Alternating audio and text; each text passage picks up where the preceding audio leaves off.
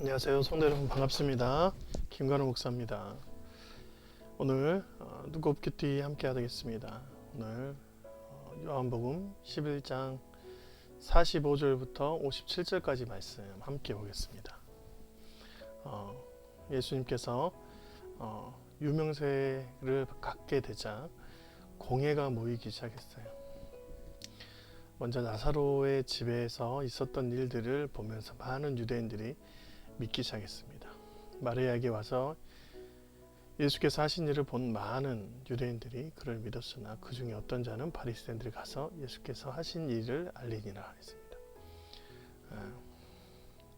믿음을 갖게 된 사람들 중에 바리새인들에게 가서 예수에 대해서 얘기했다는 거예요. 알렸다는 겁니다. 함께 예수님이 행하신 일에 대해서 공감하고 바리새인들을 찾아가서 얘기를 했던 것이죠. 믿음에 대한 움직임이 있었던 것 같아요. 그때부터 이에 대제사장들과 바리새인이 공회를 모으고 정식 합법적인 절차를 만들려고 하는 거예요. 이르되 사람이 많은 표적을 행하니 우리가 어떻게 하겠느냐. 만일 그를 이대로 두면 모든 사람이 그를 믿을 것이요. 그리고 로마인들이 와서 우리 땅과 민족을 빼앗아 가리라 이렇게 말하고 있습니다. 바리새인들은 하나님을 믿는 사람들이에요. 그래서 이제 자신들에게 보내주신 메시아에 대한 예언을 날마다 묵상하면서 살아가는 자들입니다.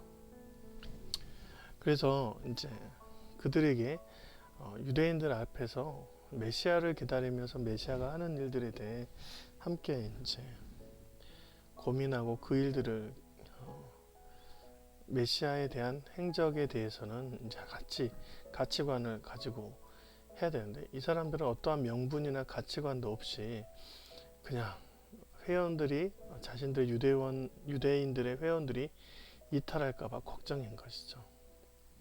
사람들이 적어지고 정치적인 입지가 약해지면 자신의 땅이라고 표현한 이 권력 집단을 놓치게 된다는 겁니다. 또 하나는 눈에 보이는 강력한 정치적 지휘체계, 그러니까 로마에게 자신이 간신히 잡은 그 권력 집단을 놓치고 싶지 않다는 뜻을 보이는 것이죠. 그래서 그때 대제사장인 가야바가 이런 말을 하죠.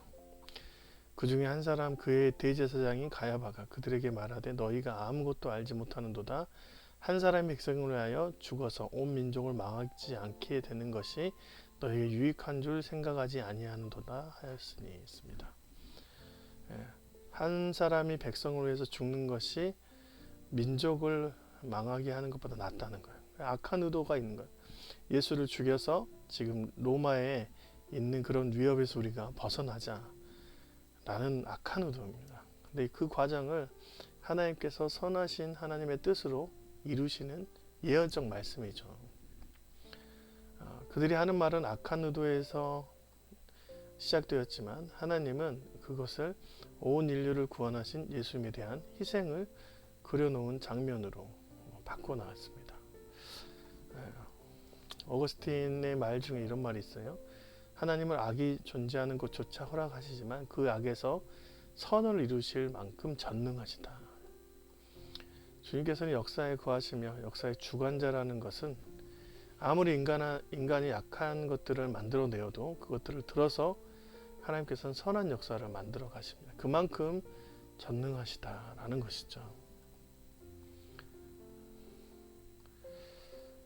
창세기도 이런 말이 있잖아요. 요셉이 했던 말. 당신들은 나를 해하려 했으나 하나님은 그것을 선으로 바꾸사. 하나님께서 그리스도를 막는 자들의 그런 음모를 아시고 그 말을 그대로 재현하셔서 악한 열매인 모습, 로마의 지배에서 벗어나려는 그런 모습이 아니라 선한 인류 구원의 역사를 만들어 내셨습니다. 그것이 바로 하나님의 실력이고 능력이죠. 51절 52절 이 말은 스스로 함이 아니요 그의 대제사장이므로 예수께서 그 민족을 위하시고 또 그 민족만 위할 뿐 아니라 흩어진 하나님의 자녀로 모아 하나 되게 하기 위하여 죽으실 것을 미리 말함이라 예언되었다는 것이죠. 하나님께서는 반드시 말씀을 남겨놓으십니다. 하나님은 거짓이 없고 흠이 없으셔서 한 번 말씀하시면 그것이 변하지 않는 진리가 되는 것이죠. 영원한 하나님의 진리의 음성을 남겨놓으십니다.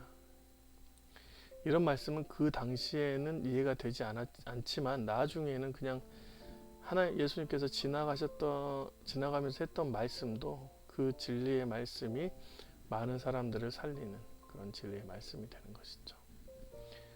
여러분, 말씀으로 인해서 이후에 하나님의 완전한 내용과 말씀과 하나님의 뜻이 분별하게 되게 됩니다. 우리가 주님의 음성을 그때만 듣고 많은 자들이 있어요. 마치 무당에게 점괘 받아온 것처럼 말씀을 보는 자들이 있습니다. 하나님께서는 그렇지 않습니다. 하나 한 번 써먹고 많은 말씀은 주시지 않아요.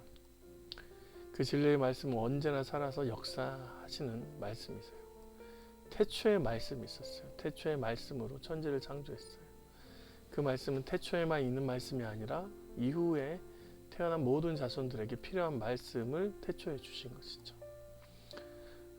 우리가 그런 악한 사람들의 음모 가운데에서 주님은 우리에게 선하신 하나님의 말씀을 주시는 분이십니다. 그런 사랑을 받는 사람들이에요.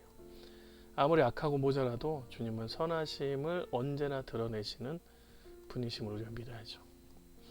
이날부터는 그들이 예수를 죽이려고 모의했다.